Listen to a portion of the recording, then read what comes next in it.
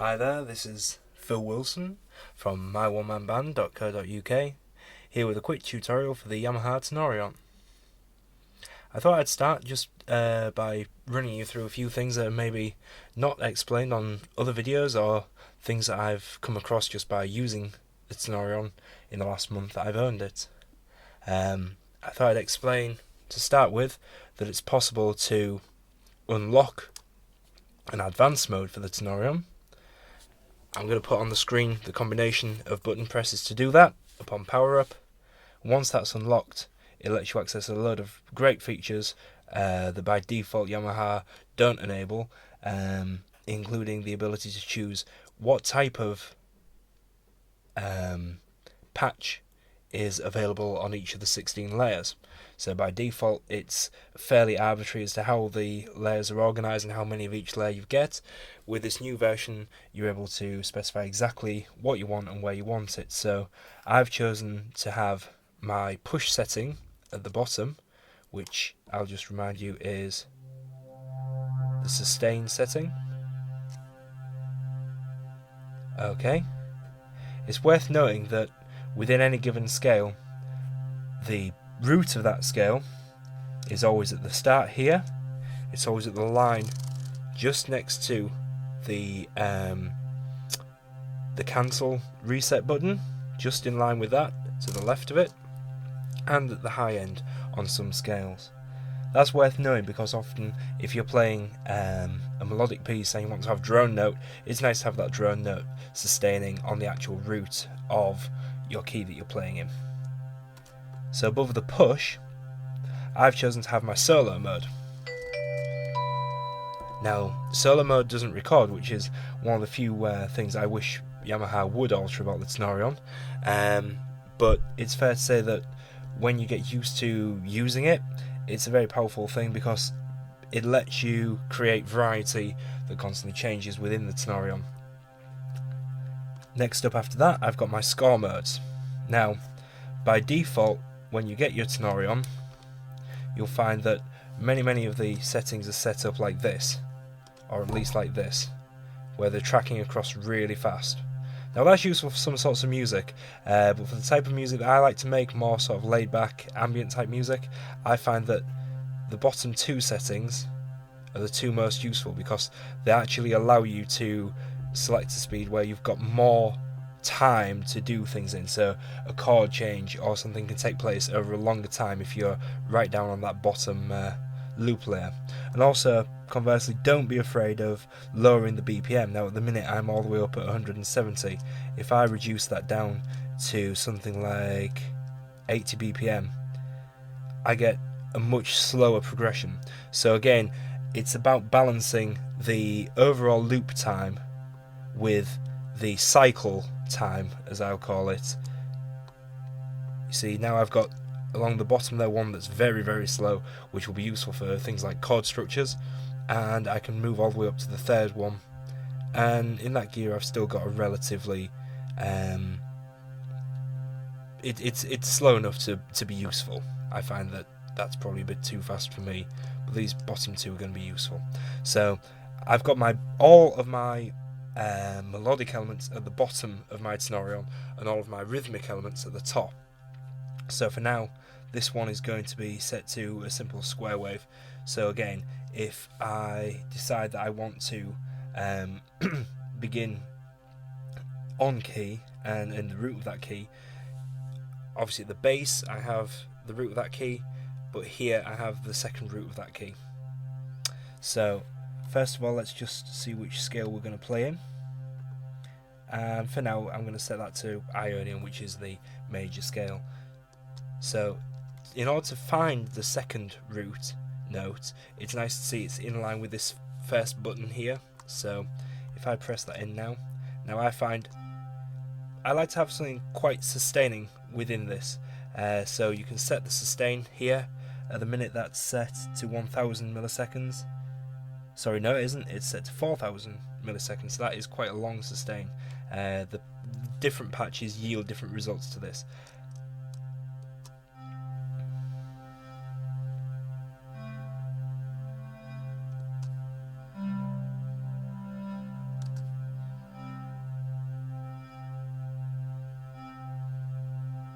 So that's going to be my basic thing. Also, because it's polyphonic, you can easily double up and actually have smaller details embellishing on higher registers.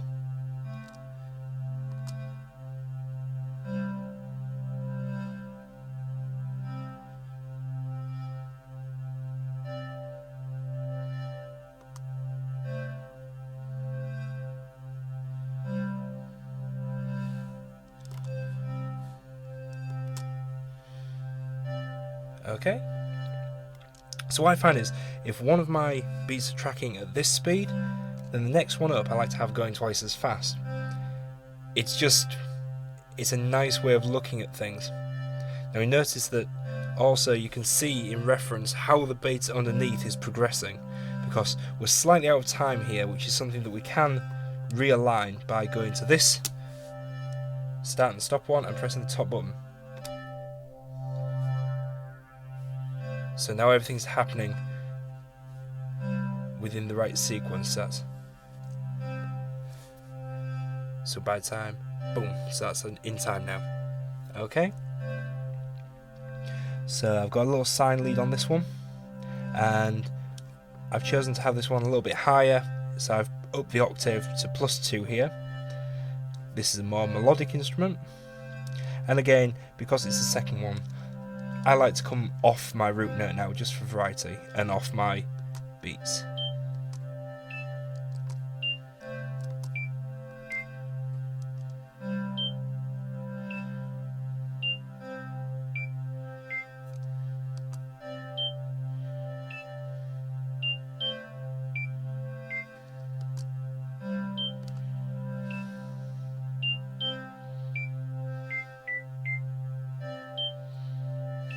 Okay, so I think that tells you what I need to know about this.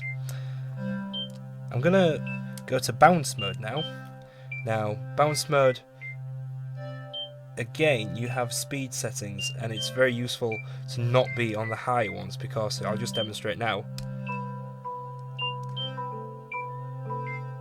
It's very good in the showroom, but it doesn't really work as a musical element. But by simply slowing these right down, you can have a few random events that just hit every now and again.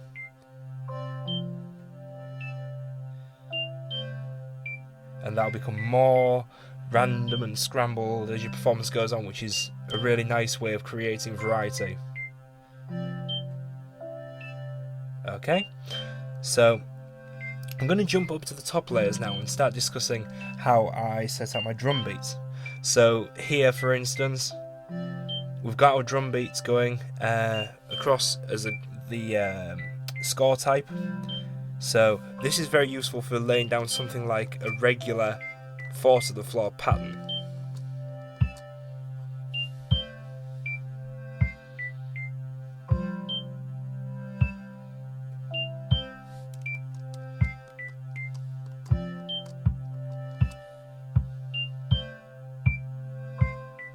Okay. So again, I've got the same two variances where one's going slow and one's going fast. On this one I can just do something quite simple and random.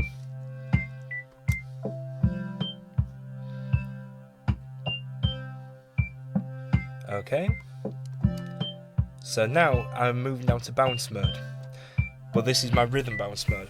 And within the rhythm bounce mode, I always find that around, if you count back 4, you end up with some hi-hats under most of the settings for the drums.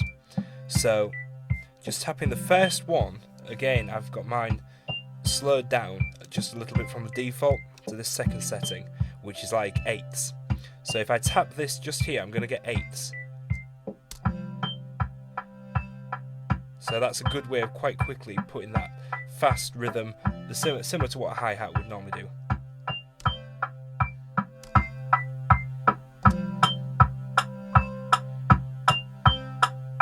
Okay. Now, if you want to have a climactic drum beat arrangement where all of a sudden everything kicks off in a live performance, the best thing I've found so far is just to draw in a diagonal line across, depending on how fast you want to do. If you want there to be a lot of changing to become very busy, draw a shallow diagonal. If you want it to be more minimal, draw in a more upward stroke. So we're going next. Ready?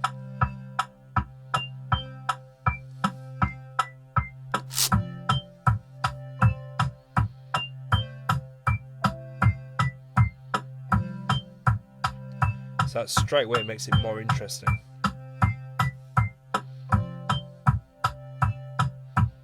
And again, the speed of these depends largely on what the results are, because this one's twice as slow as our high one, so a change like this again will be more significant on this pad. So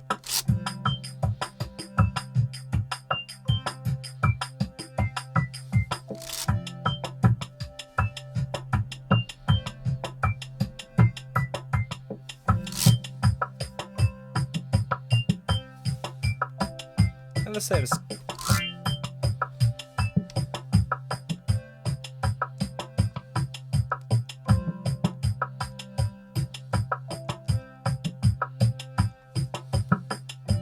I'm going to do the same for the rhythmic elements, make that at the same speed as them.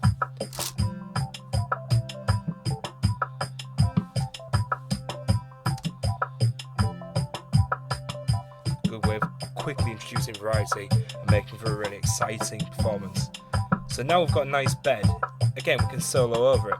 So I've got this set to vibes. Now because of the way that these are laid out, this is back to the solo mode. If you play on this bottom row, it will only sustain for as long as you hold your finger down, which doesn't always feel that natural. Whereas on here, it'll play for a default amount of time specified by your sound length. Now, at the same time, we can go through this and pick a smaller time, which will provide a very minimal sound, or we can increase that, and as we increase that, the sustain will increase, which certainly means for the organic instruments that the sustain will be more natural. So I've picked here a sustain of 2000 milliseconds for a vibraphone.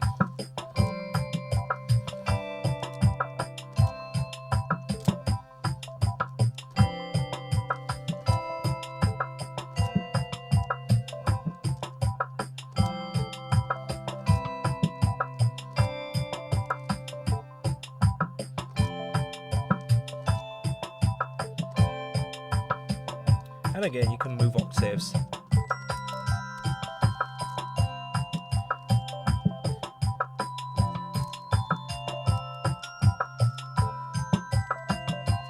And I'm just touching those very lightly to get that. If I hold down these, then it'll sustain on a beat setting determined again by the overall speed that these are set to.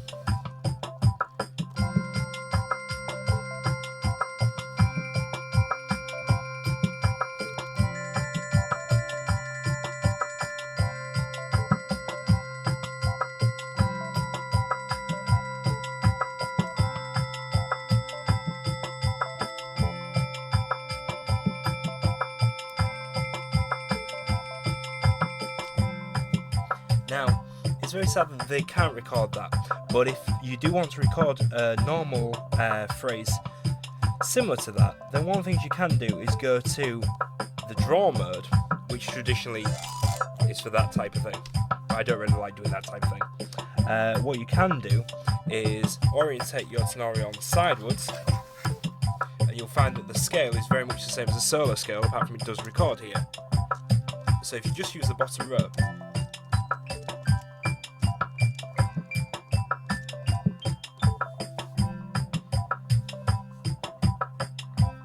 this will be coming back around now. Okay. So I've got 4 of them set up on my settings because I really like using that element.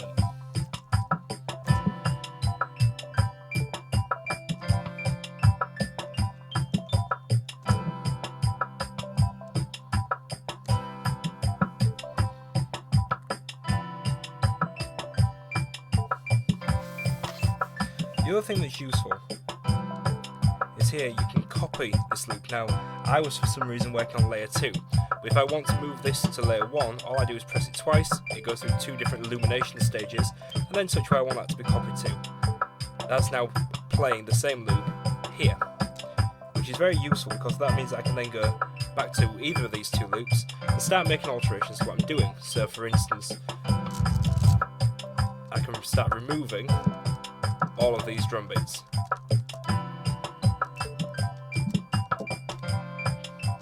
That's the clear button up here. If you tap it briefly, it will clear just that one layer. So I've now got rid of all of my drum beats on that layer, but I can bring them all in just by going back to the first layer.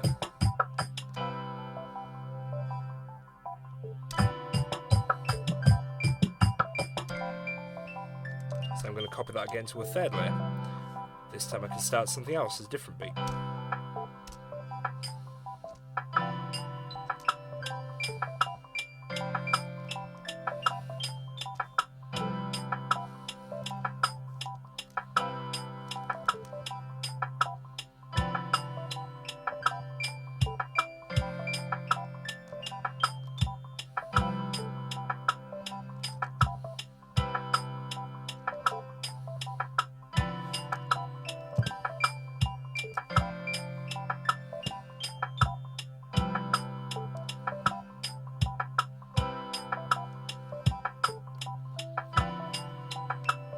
And you can change as much as you want. Nothing's really fixed, so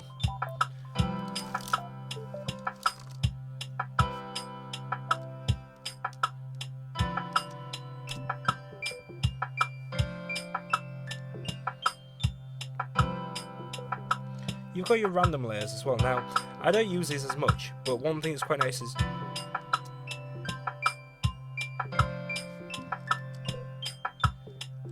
again, if you just draw nice spaced out patterns, you'll get a little bit of variety just thrown into the mix, a little bit of random. I don't know if on the manual these can be spun, reorientated, or left to free rotate.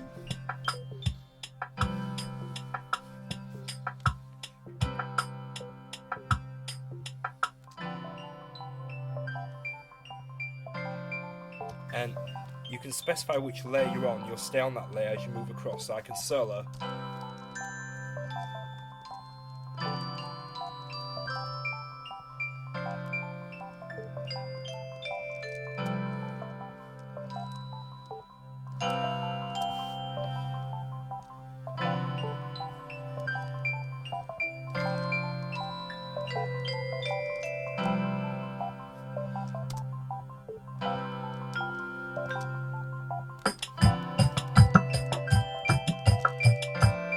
And so on. So that's basically a brief overview of how that works.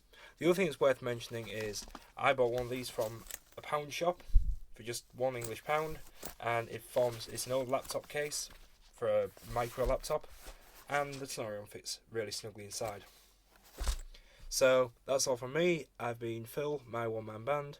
Subscribe to my site and enjoy the rest of the YouTube. Thanks, bye.